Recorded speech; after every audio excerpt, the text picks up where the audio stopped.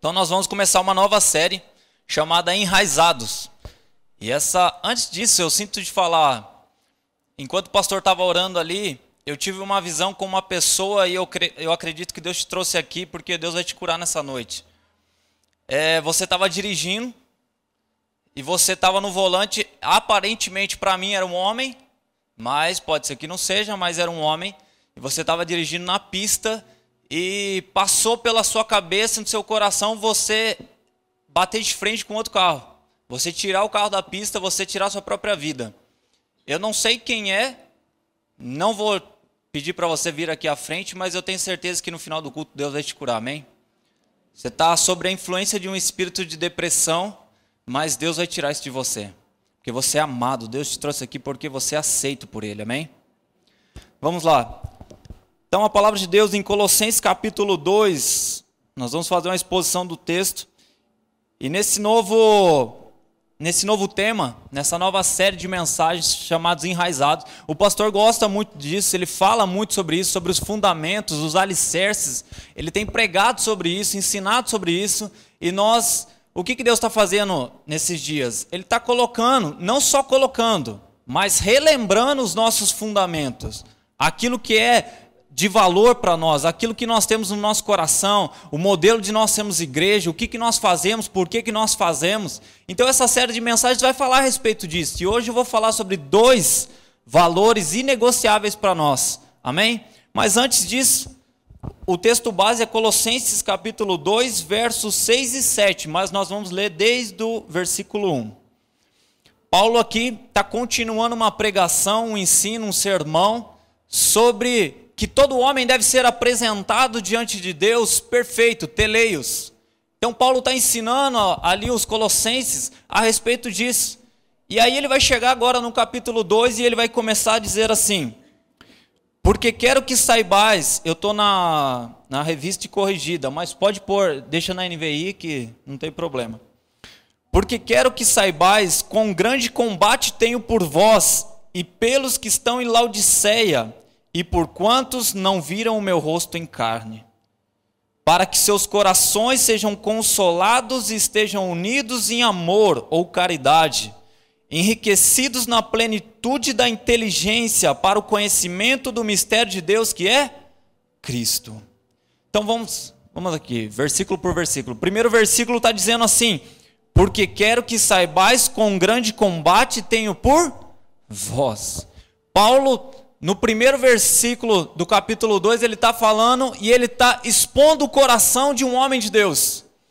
Todo homem de Deus tem o mesmo sentimento que havia em Paulo nesse momento, que é um coração nobre. E Paulo está nos ensinando uma atitude de nobreza fora e ao contrário do que o mundo tem ensinado, do que este século tem ensinado para nós. Ele nos ensina a pensar nos outros. Paulo está falando o seguinte: eu tenho um combate por vocês. Ou seja, eu abro mão daquilo que é meu, eu abro mão do meu lazer, do meu conforto por vocês. Paulo já começa aqui, já arrebentando a boca do balão, como a gente fala, né?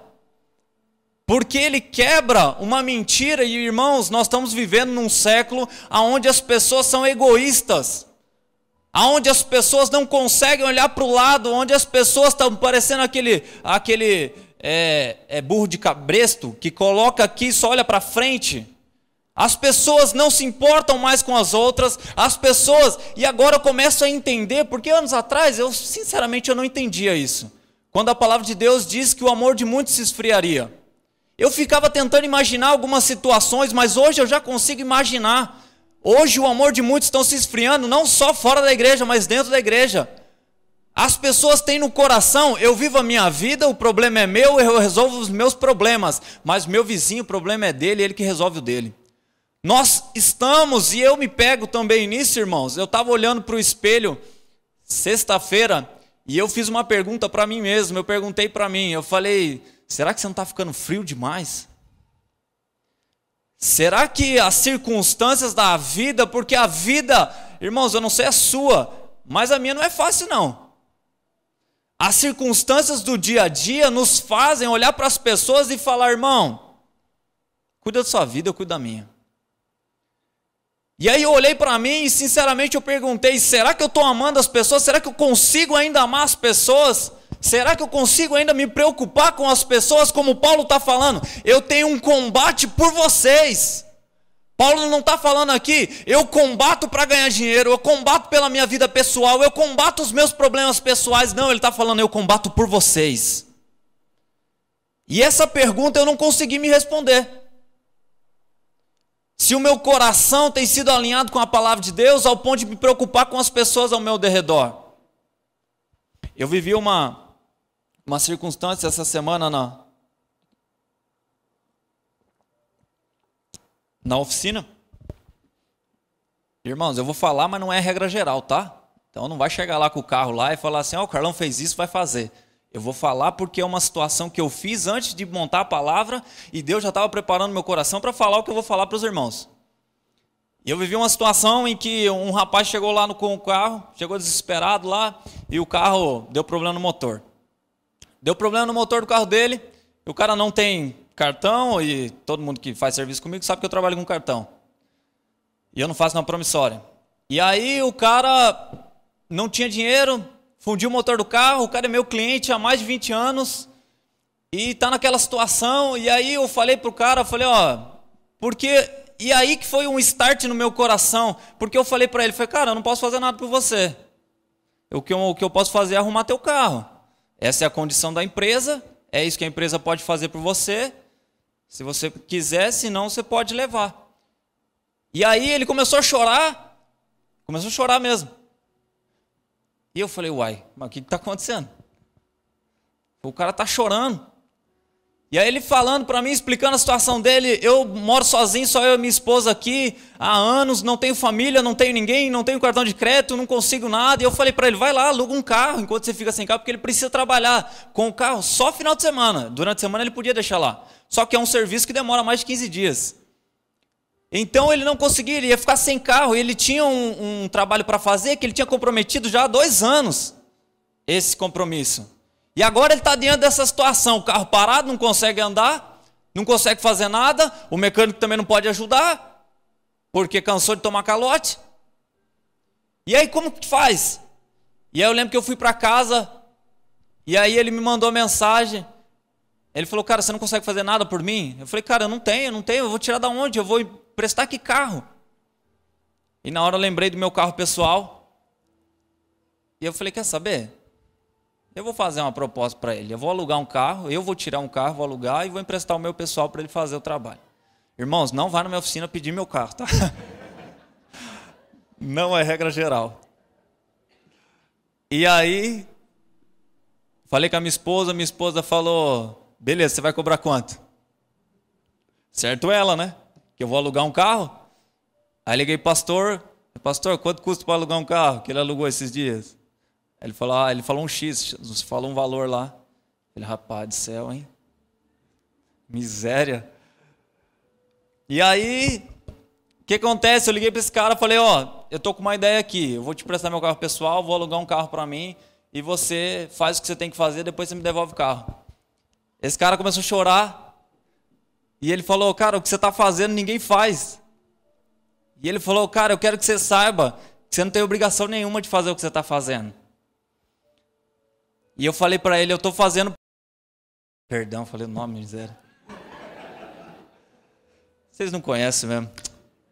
Mas eu estou fazendo por você, não estou fazendo, não é a automecânica Sérgio que está fazendo aí, eu estou fazendo por você, pessoa.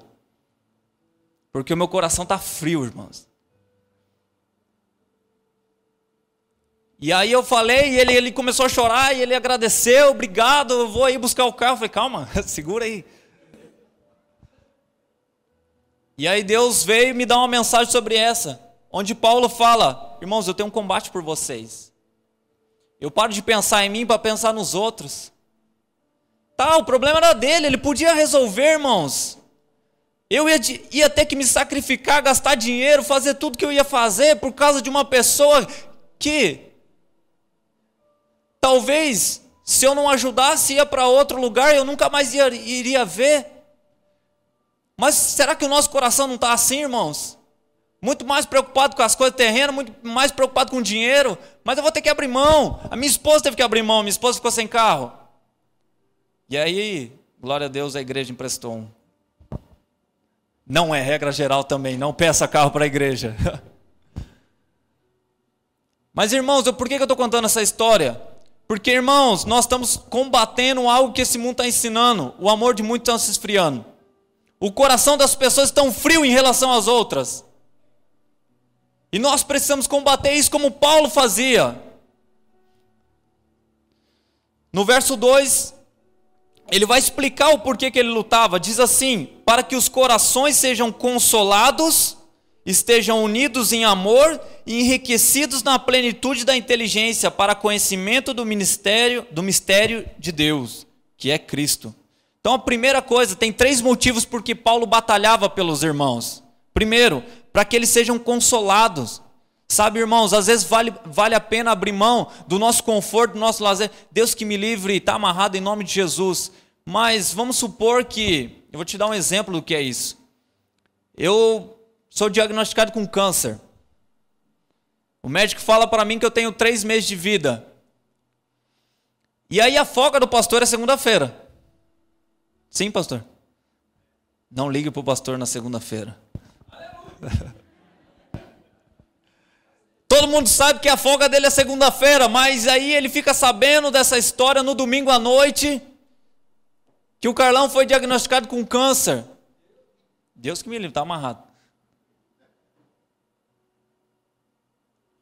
Ele poderia chegar na segunda-feira, acordar tranquilo, falar assim: hoje é minha folga, né? Estou tranquilão. Amanhã eu oro pelo Carlão.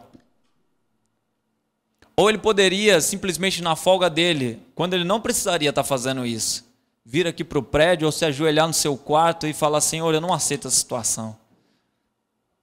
O médico deu um diagnóstico, mas eu cancelo em nome de Jesus. O Carlão não vai morrer por causa de câncer. Ele abriu mão da folga dele, abriu mão do lazer dele, por causa de uma pessoa. No meu caso, eu estou perto dele. Por causa de outra pessoa. Será que nós temos coragem de fazer isso? Eu sei que muitos irmãos já fizeram isso e fazem isso de uma forma assim até absurda.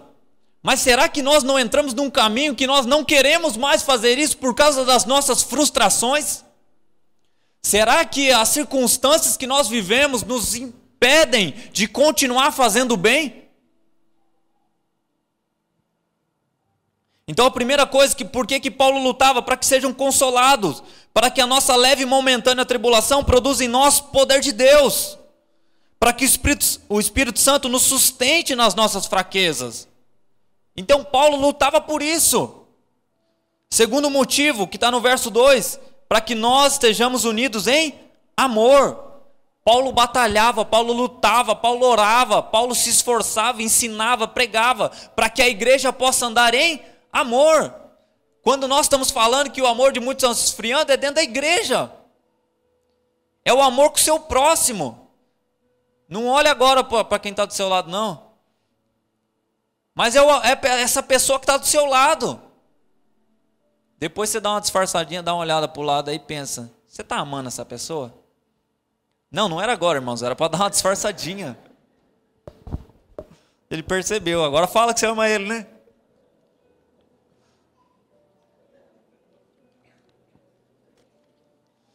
O que acontece, irmãos? Isso é fundamental para nós, viver em unidade, caminhando no mesmo passo, na mesma direção. E Paulo sabia disso, é por isso que ele lutava.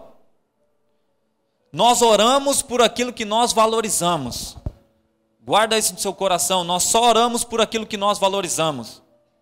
E o terceiro motivo que Paulo batalhava, para que sejamos cheios de inteligência espiritual. Paulo passava e já sabia que nós passaríamos também por esse bombardeio de ensino errado.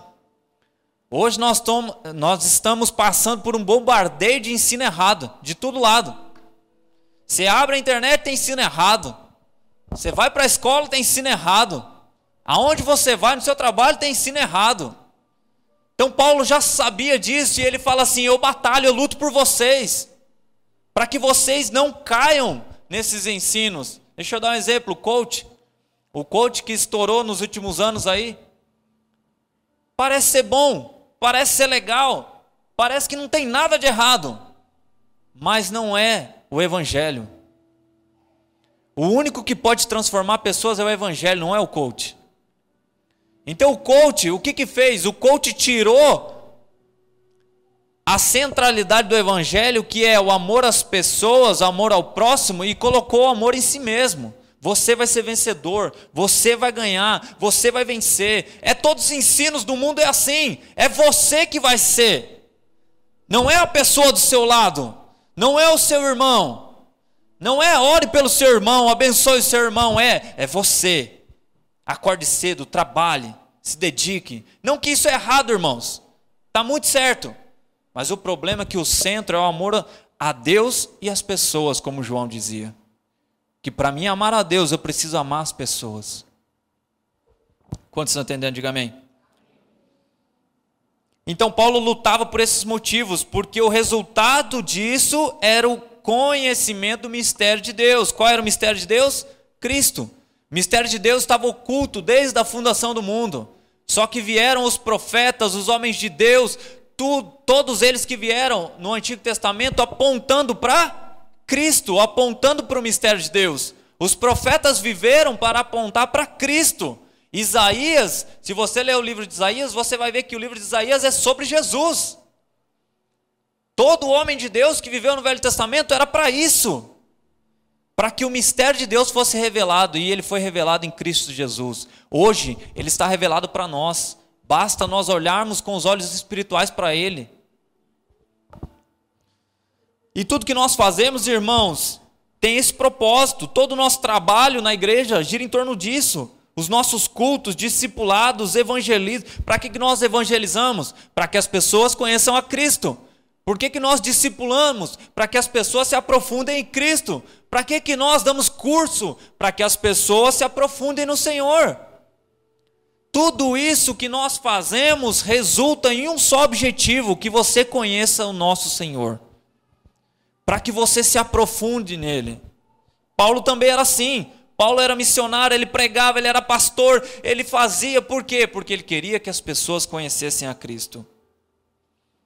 No verso 3 vai dizer assim: em que estão escondidos todos os tesouros da sabedoria e da ciência. Paulo nos explica que toda a sabedoria e conhecimento estão escondidos em Cristo.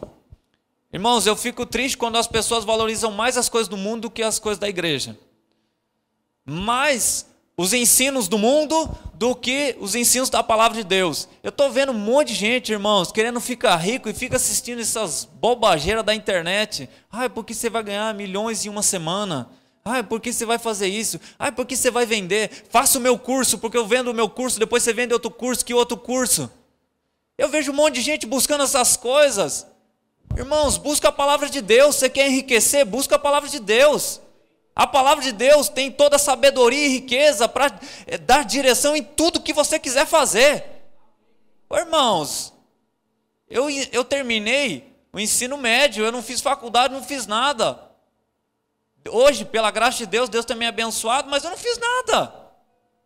Eu simplesmente pratiquei o que a palavra de Deus fala. Seja honesto, trabalhe, se esforce, pague o mal com o bem. Honre os seus patrões. Simplesmente honre o que a palavra de Deus fala. Você não precisa ficar buscando nada de fora, porque Cristo é único e suficiente. Na palavra de Deus existe tudo que você precisa para um bom casamento, para um bom emprego, para tudo que você quiser. Mas sabe que eu fiquei triste esses dias, irmãos? Eu até escrevi errado aqui, o pastor me corrigiu. Alguns irmãos foram lá no Sérgio Cortella, né? Cortella, quem foi? Eu não vou te julgar não, irmãos, fique em paz. Ele é bênção, não é? Hoje eu postei um negócio dele lá, muito legal. Foi a minha esposa que postou, né, mano? Já vai ficar acusado, né? Não vou falar mal não, Trey. Mas ele veio aqui, né? Foi muito legal, foi bênção. Eu gosto também de algumas coisas que ele fala. Mas sabe o que acontece? Eu vi muitas pessoas se esforçando muito para estar lá. Pagaram, não foi tão baratinho. Pagaram caro para estar lá. E aí tem gente que saiu mais cedo do serviço. Eu fiquei sabendo de gente que atropelou, quase saiu sem tomar banho para chegar no negócio no tempo. Mas sabe o que me deixa triste? É que alguns irmãos, 1h30 antes do culto, falaram, acho que eu não vou não vai dar tempo.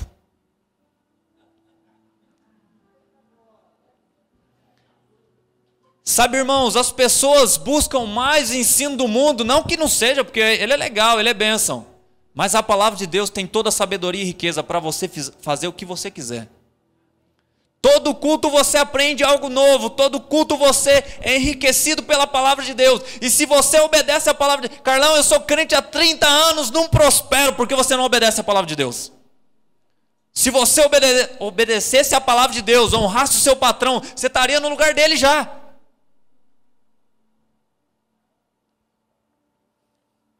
Ele é o princípio e o fim, ele é o alfa e o ômega. E nele encontramos toda a sabedoria e conhecimento que necessitamos para viver e sermos abençoados.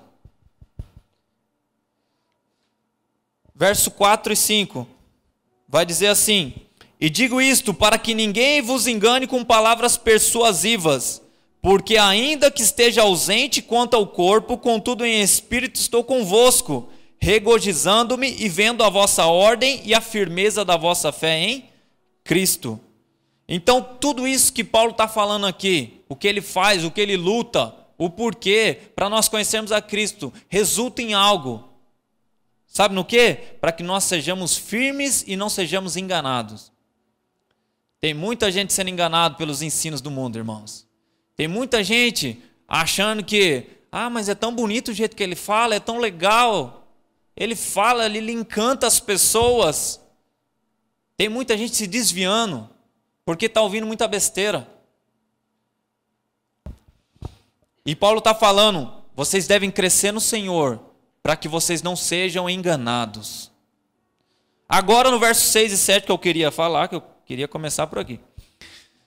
Como, pois, recebestes o Senhor Jesus Cristo, assim também andai nele, arraigados, edificados nele, confirmados na fé, assim como fostes ensinados, crescendo em ação de graças.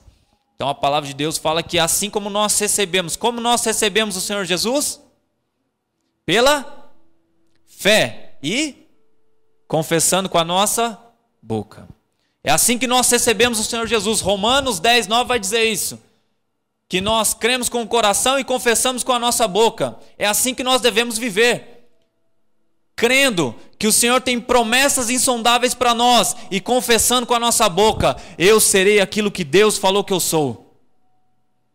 Eu declaro que o meu casamento é uma bênção. Eu declaro que a minha empresa é uma bênção. Eu declaro que os meus filhos são uma bênção.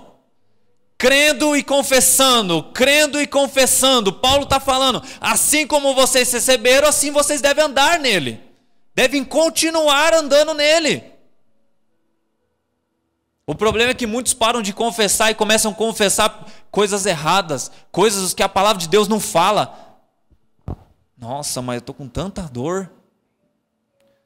Nossa, mas essa doença minha, ele já chama até de minha, está quase casado com a doença. Nossa, mas essa dívida minha não tem jeito. Começa a confessar palavras do que a palavra de Deus não diz.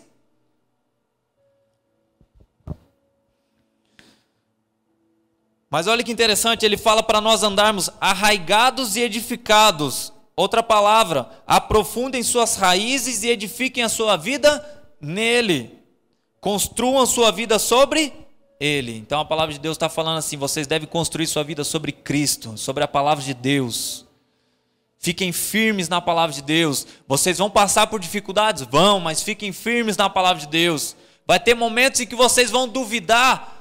Vai, mas fiquem firmes na palavra de Deus. Criem raízes.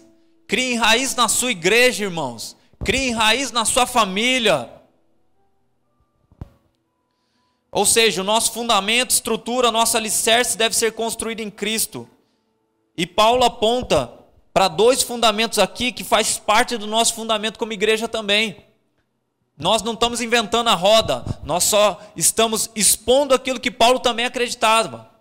Então, 2 valores fundamentais para nós como igreja. Primeiro, o poder da unidade. Salmo 133, Mateus.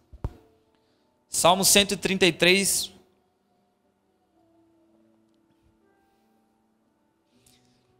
Diz assim: ó, quão bom e suave é que os irmãos vivam em união.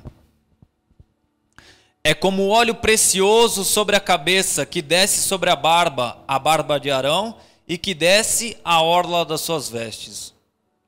Como o orvalho do Hermon, que desce sobre os montes de Sião, porque ali o Senhor ordena a bênção e a vida para sempre. Amém? Então a Bíblia está falando que, ó, quão bom e suave é que os irmãos vivam em união, ou seja, eles congreguem. É bom nós estarmos juntos ou não, irmãos? Ô, irmãos, eu tenho pena de quem faltou hoje. Sim ou não? Viver um momento bom, suave, agradável como esse momento de louvor, onde você é tocado por Deus, onde nós adoramos a Deus de uma forma intensa. Irmãos, isso não é todo mundo que tem esse privilégio, não. Então é bom congregar. A Bíblia está falando que é bom e suave. É só nesse ambiente, irmãos, que você vai encontrar um ambiente bom e suave. Agora eu quero que você faça um exercício. Lembre de todas as vezes que você chegou ao culto triste, desanimado, angustiado, depressivo, com crise de ansiedade e saiu daqui em paz. Alguém pode testemunhar isso? Que chegou aqui arrebentado, torto, virado dos avessos e saiu daqui feliz, cheio de graça, com uma palavra viva no seu coração? Irmãos, quantas vezes eu posso fazer isso? Às vezes eu chegava aqui e eu estava ali angustiado por algum motivo. E eu lembro, eu não sei, eu tinha algo com a pastora, não sei, era um negócio meio doido. Mas, não, pastor, fique em paz, não é assim algo... Deixa eu terminar a fala aqui, tá? Deixa eu melhorar o negócio aqui, ficou feio agora. A pastora tem uma graça para ministrar o louvor, não tem ou não tem?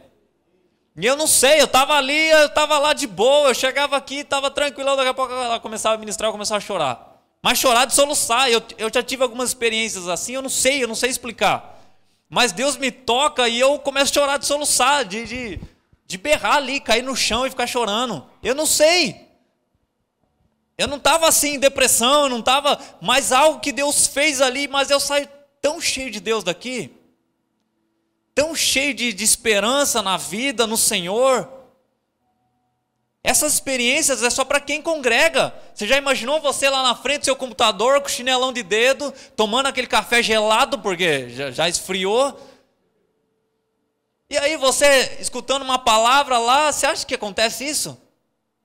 Pode acontecer? Pode. Mas acontece? É difícil, irmãos. Imagine, sei lá, aí o pastor falando pela internet, recebe a unção agora, sei lá, na cadeirona, com as pernas cruzadas, você caindo para trás sozinho. Ou como nós fazíamos, né, Mateus? Ponhava a mão na nossa cabeça e caía. Nós orávamos por todo mundo caiu. Aí falava, agora nós temos que cair também. Vamos pôr. Aí ora por nós mesmo. Mas você já imaginou isso? Esse ambiente bom e suave é só na congregação. Esse papo de que, eu sou igreja em casa, eu nunca vi, irmãos, e eu desafio você a testemunhar aqui. Você parou de congregar, você parou de vir para o culto, e você ficou bem. Eu desafio você. Ninguém fica bem se para de congregar. Fica tudo arrebentado, tudo torto. Porque senão você não voltava. Quem já desviou aqui e voltou? O David já, né? Cadê o David? Eu gosto de falar do David.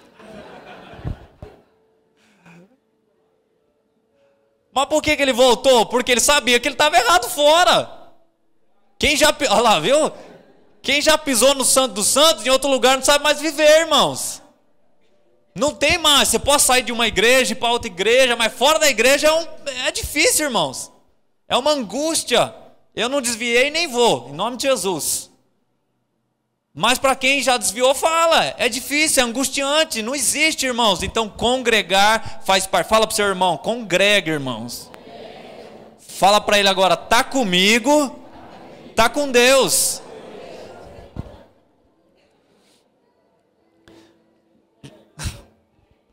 João capítulo 17, verso 21.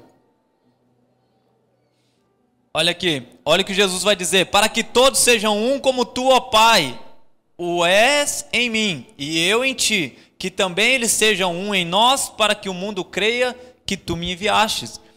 Por que nós congregamos? Para nós expressarmos o Senhor. É só assim que nós expressamos o Senhor, em unidade, congregando, junto com os irmãos. Jesus está falando, vocês têm que ser um como eu sou com o Pai, para que o mundo creia que o Senhor me enviou. Romanos 15, 5, 7, vai falar sobre cultuarmos e glorificarmos. Ora, o Deus de paciência e consolação vos conceda o mesmo sentimento uns para com os outros, segundo Cristo Jesus, para que concordes a uma boca e glorifiqueis ao Deus e Pai de nosso Senhor Jesus Cristo. Não, é só até ali mesmo. O que está falando? Que nós juntos, nós glorificamos a Deus Pai. Irmãos, que adoração linda. Que momento precioso de louvor. O Léo estava muito cheio de graça hoje, né, Léo? Não é gracinha, é graça mesmo de Deus. Eu que estou cheio de gracinha hoje, né? Mas que momento bom, não é? Porque nós juntos, nós glorificamos ao nosso Deus e Pai. A congregação é para isso, para glorificar a Deus. 1 Coríntios 1:10. Olha que interessante, por que nós congregamos? Rogo-vos, porém, irmãos, pelo nome de nosso Senhor Jesus Cristo, que digais todos uma mesma coisa, e não haja entre vós dissensões. Antes, sejais unidos em um mesmo sentido e um mesmo parecer. Então, o que a congregação faz? O que a união entre os irmãos faz? Destrói divisão. Destrói aquele sentimento de facção dentro da igreja, os grupinhos dentro da igreja. Destrói aquele movimento onde um puxa de canto e fala: nossa, você viu a irmã ali? Nossa, ela está de sapato novo. Destrói todo tipo de divisão entre os irmãos. Precisamos entender e valorizar a nossa comunhão. Para nós é fundamental congregar. Olha que Hebreus 10, 24, 25 vai dizer: e consideremos-nos uns aos outros para nos estimularmos ao amor e às boas obras. Fala para o seu irmão, fala: irmão, eu vou te estimular a amar e a fazer a obra. Você quer liderar aqui nessa casa? Amém? Se ele quiser, depois você procura a gente, amém? Não deixando a nossa congregação como é de costume de alguns bagre. O bagre foi eu que coloquei. Antes, admoestando-nos uns aos outros, e tanto mais quanto vedes que se vai aproximando aquele dia. Está chegando aquele dia, irmãos. Tá ou não está? Está feio o negócio, está chegando. Glória a Deus por isso. Minha filha nem vai casar, aleluia. Não vou precisar passar por esse momento. Não vou chegar aos 40 anos, que os homens entendam. Aleluia. Mas está chegando aquele dia. E o que a Bíblia fala? Para nós admoestarmos, nós chamarmos a atenção. Eu falar para o Léo, você está viajando na maionese, hein, Léo? Você está olhando mais para fora do que para dentro. Faz parte nós chamarmos a atenção uns dos outros, para nós ficarmos firmes, porque aquele dia está chegando. Então, irmãos, a palavra de Deus fala que é bom, é suave que nós vivamos em comunhão. Quais são os benefícios de congregar? Eu vou te falar 3. Primeiro, é bom e suave. Eu nunca vi alguém que deixou de congregar e viveu em paz. Você já viu? Eu nunca vi, irmãos. Aleluia. Diga depois. 2 Coríntios 13, 11. Olha qual que é o benefício de congregar. É bom e suave, amém? 2 Coríntios 13, 11 vai dizer assim: quanto ao mais, irmãos, regozijai-vos, sede perfeitos, sede consolados, sede o mesmo parecer, vivei em paz. E o Deus de amor e de paz será convosco. Aqui a Bíblia está falando que o Deus de paz será com você? Não, convosco. Sabe onde você encontra paz? Na congregação. O Deus da paz não é com você, o Deus da paz é conosco. É nesse ambiente de igreja, é nesse ambiente de congregação que você encontra paz para a tua vida, irmãos. Você precisa entender que por mais que a igreja é falha, a igreja é um instrumento de Deus para a tua vida. A igreja é feita por homens e você vai se frustrar com homens. Todos nós vamos, mas nós não devemos deixar de ter esperança naquilo que Deus está fazendo por meio da igreja. As coisas ruins não devem ser maior daquilo que nos une. Segundo benefício de congregar, o Salmo 133 vai dizer, é como óleo. Sabe que o óleo tem aponta para 4 coisas aqui. E cada lugar que o óleo é colocado, significa uma coisa. A Bíblia diz que o óleo é derramado sobre a cabeça, isso aponta para a unção.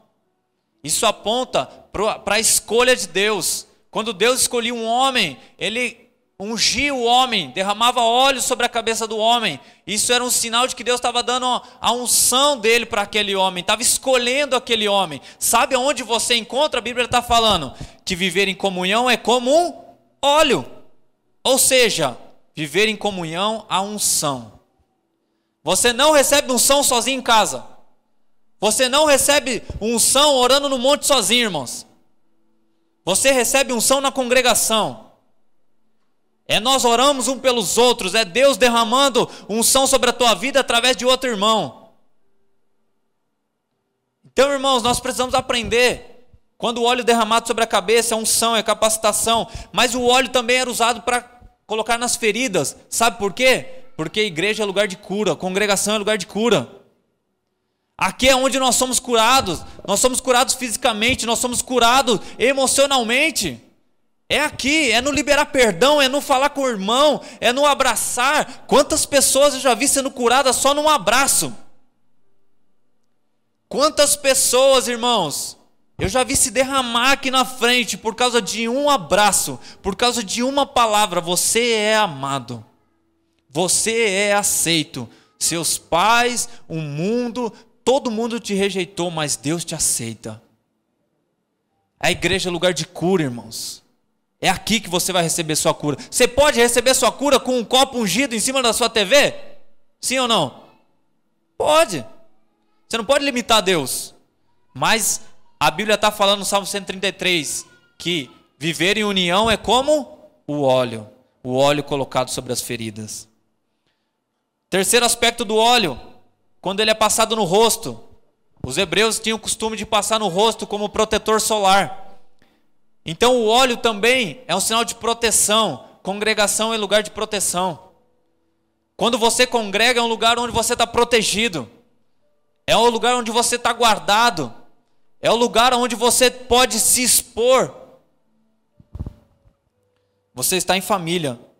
E o último aspecto é a alegria. O óleo também aponta para a alegria. Toda vez que um judeu chegava na casa do outro e aquele judeu recebia bem aquela pessoa, ele ungia os pés daquela pessoa com óleo, simbolizando: você é aceito, eu estou feliz de você estar aqui. O Senhor quer ungir os seus pés nessa noite, porque Ele te aceita. Ele está feliz de você estar aqui. Ele está feliz de você fazer parte da congregação. Ele está feliz de você cultuar. E o óleo aponta para isso, irmãos. É congregando que você recebe unção, cura, proteção, alegria. E o terceiro benefício de congregar, ele é como o orvalho de Hermon. Salmo 133, verso 3. É como o orvalho do Hermon. Em Israel ele é muito seco e árido. Para quem não foi, eu também não, mas eu estudei. Eu quero ir para lá. Se alguém quiser me abençoar, estou aí disponível. Lá é muito seco e muito árido. Então o que precisa? Precisa do orvalho. O orvalho é que traz refrigério, o orvalho é que traz vida, o orvalho é que traz prosperidade para aquela terra.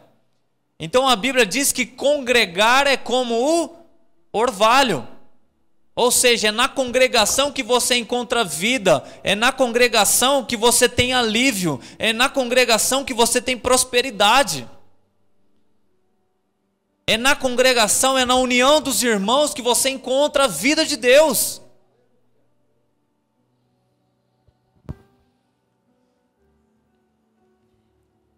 É através de uma oração, de um conselho. Quantos foram abençoados por um conselho aqui? O pastor tem o costume de aconselhar, mas todos nós temos essa unção, né, liberada por Ele também, de aconselhar. Quantas pessoas já não foram abençoadas por um conselho de Deus na sua vida? Uma direção, às vezes você estava em dúvida. Eu lembro que uma vez eu estava muito triste, muito angustiado, estava no encontro com Deus, e a gente não tinha filho ainda.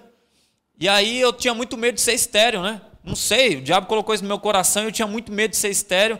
E eu achava que eu nunca ia ter filho, eu ia ter que adotar. E eu vou adotar também, tá? Mas nessa época eu não queria ainda. E aí, eu estava angustiado. E eu lembro que chegou um irmão para mim e falou assim... Eu não falei para ninguém, irmãos. Ninguém sabia disso. Nunca expus essa situação. E esse irmão chegou para mim e falou o seguinte. Falou... Carlão, Deus manda te dizer que você vai ser pai. E para você não ficar angustiado, não. Confia na palavra dele. Eu lembro que Mas eu chorava tanto, irmãos, porque eu não falei para ninguém, só Deus sabia do meu coração. Eu não sei nem se minha esposa, se você sabia. Eu já tinha falado. Você tinha medo também, né? Mas eu lembro que eu chorava, e eu chorava, e eu chorava. Quanto tempo depois você estava grávida? Foi 8 meses depois ela estava grávida. Então, irmãos, é na congregação que você recebe uma palavra de vida. É na congregação que você é animado. Amém ou não amém? E o segundo ponto que eu queria falar, já estou indo para o final, que é a comunhão com Deus. Irmão, você precisa ter comunhão com a congregação, você precisa congregar, você entendeu a importância de estar num culto, você entendeu a importância de estarmos unidos, mas você precisa também ter comunhão com Deus. Você precisa ter seu relacionamento com Deus, irmãos. Não adianta você pode passar 30 anos aqui dentro da igreja e não conhecer o Senhor Jesus. Você pode trabalhar na obra por 10 anos e não conhecer o Senhor da obra. Então, irmãos, esses dois fundamentos, para nós é inegociável. O ato de congregar, o ato de estar com os meus irmãos, de receber vida, mas o ato de buscar o Senhor no meu quarto em intimidade. É por isso que o que nós fazemos culmina nisso. Nós fazemos oração de sexta para quê? Para você ter intimidade com Deus. Para você conhecer o Senhor Jesus. Nós cultuamos a Deus aqui para quê? Para você ter uma experiência com Deus. Nós fazemos discipulado para quê? Para que você conheça o Senhor, para que você se aprofunde no Senhor. Todas as reuniões, cursos, são para isso, para que você tenha uma experiência pessoal. Irmãos, porque nós podemos estar indo para o mesmo caminho, mas você, dentro do seu coração, você não tem a certeza para onde você está indo. É muito bom quando você está andando junto com os irmãos, mas é importante você ouvir a Deus, ouvir a voz de Deus, porque Deus tem um plano pessoal para cada um de nós. Nossa vida com o Senhor deve ser como um casamento. Devemos ter intimidade no quarto, transparência na mesa, respeito entre a família e honra o tempo todo. Essa é a nossa vida com Deus. Intimidade é sempre fecha teu quarto, ora teu pai. Transparência é a mesa. Sabe o que você faz na mesa? Você compartilha, você lê a palavra, você estuda. Por isso que nós estamos fazendo um projeto de leitura, para que você tenha experiência. Mas fora de casa, nós também devemos ter respeito entre a família. Nós como irmãos, nós devemos respeitar o nosso Pai, nosso Deus, e respeitar uns aos outros. Mas ter honra o tempo todo. Honra a Deus, honra o seu irmão, honra teu pai, honra tua mãe, honra teus filhos.